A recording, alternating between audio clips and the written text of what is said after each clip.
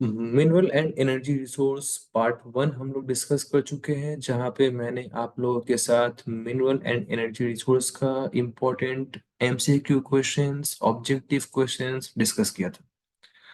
हम लोग अब part 2 that is subjective questions इस चैप्टर से मोस्ट प्रोबेबली जो बहुत इम्पोर्टेंट है, हम लोग उसको डिस्कस करने वाले हैं। फर्स्ट क्वेश्चन देखिए यहाँ पे दिया हुआ है, mention any 4 features of north eastern plateau region mineral belt of India. आपको पहले प्लेट्यू रीजन का नाम अच्छी तरीके से मेंशन करना है, कौन कौन से स्टेट्स आ रहे हैं या उसका इंपॉर्टेंट फीचर्स। उसके बाद जब फीचर्स लिखेंगे तो आप जब फीचर्स लिख रहे हैं आंसर्स पॉइंट्स में होना चाहिए। नेक्स्ट क्वेश्चन है, mention any 4 characteristics of metallic minerals. बहुत इजी क्वेश्चन है, आप लोग इसमें फुल मार्क्स उठा सकते हैं और ये क्वेश्चन आता है एग्जाम में, कई बार आया हुआ है। नेक्स्ट क्वेश्चन है, why is petroleum referred to as liquid gold. State two important uses of petroleum and name two oil fields each in Assam and Gujarat. Assam और गुजरात का ऑयल फील्ड्स आप लोग को ऐसे भी याद रखना है क्योंकि मैप पॉइंटिंग में बहुत इंपॉर्टेंट है। आप लोग कमेंट बॉक्स में मेंशन कर रहे हैं असम का 2 इंपॉर्टेंट ऑयल फील्ड्स और गुजरात का 2 important oil fields. Next question है, give two advantages of copper, mention 4 copper mining areas of India. बच्चों ध्यान रखिएगा, जब आप एरियाज लिख रहे हैं, यदि आप स्टेट वाइज मेंशन कर रहे हैं तो स्टेट के अंदर का कोई डिस्ट्रिक्ट यदि आप मेंशन कर पाए, फॉर एग्जांपल आप राजस्थान का लिख रहे हैं, कॉपर का लिख रहे हैं, राजस्थान में लिख रहे हैं आप अलवर लिख दीजिए, आप झुंझुनू लिख दीजिए, आप ऐसे मेंशन कर दीजिए। 1-2 डिस्ट्रिक्ट यदि आप मेंशन कर देंगे तो एग्जामिनर के सामने आपके पेपर का वेटेज बढ़ जाता है। नेक्स्ट क्वेश्चन हम लोग पढ़ने वाले हैं, that is describe the uneven distribution of mineral and energy resources in India by giving suitable examples. Describe the uneven distribution of mineral and energy resources in India by giving suitable examples.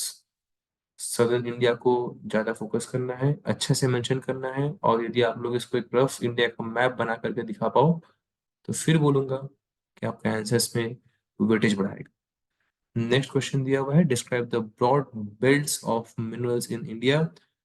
Question number 5, question number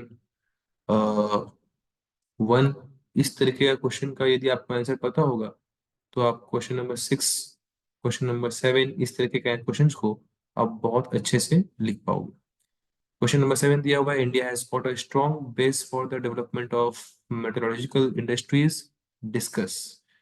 question number 8, why should the non conventional sources of energy be promoted, explain. और ये question बहुत important है 2024 CBSE geography के लिए। Next question है, solar power has advantages over non renewable sources of energy, explain. Again एक बहुत important question, बहुत मुश्किल होता है बता पाना।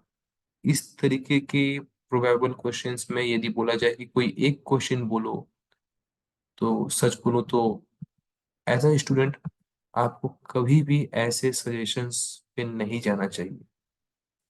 नेक्स्ट क्वेश्चन देखिए बच्चों पे मेंशन किया हुआ है, solar power has advantages over non renewable sources of energy, explain. Next है, mention any 4 features of tidal and wave energy in India. Next है, explain any 3 methods of conservation of mineral resources in India. Again जैसा कि मैंने कहा था, water resource में water conservation, mineral में mineral conservation बहुत इंपॉर्टेंट रहता है। And finally, the last question, examine the significance of bioenergy to humankind in India. बच्चों ध्यान रखिएगा, ये solar energy, wind energy, tidal energy, इन सब के बारे में ना बहुत कुछ डिटेलिंग में आपके बुक में दिया हुआ नहीं है, आपको पढ़ना भी नहीं है। बट इसके बारे में ना एक अच्छा कॉन्सेप्ट रखिएगा, कॉन्सेप्ट एज इफ कि आप एटलीस्ट 4 पॉइंट्स चॉक आउट कर पाओ, और 4 पॉइंट्स लिखने के बाद जो फीचर्स लिखोगे, आफ्टर दैट यदि आपको याद हो तो एज इफ विंड एनर्जी कहाँ कहाँ आप किस किस स्टेट्स में देख सकते हो, तो उस स्टेट्स का एक दो नाम के साथ आंसर को यदि आप क्लोज करोगे तो आपका आंसर बहुत अच्छा हो जाएगा। Thank you all of you. Next video में एक नए चैप्टर के साथ आप लोगों के बीच बहुत जल्द आने वाला है।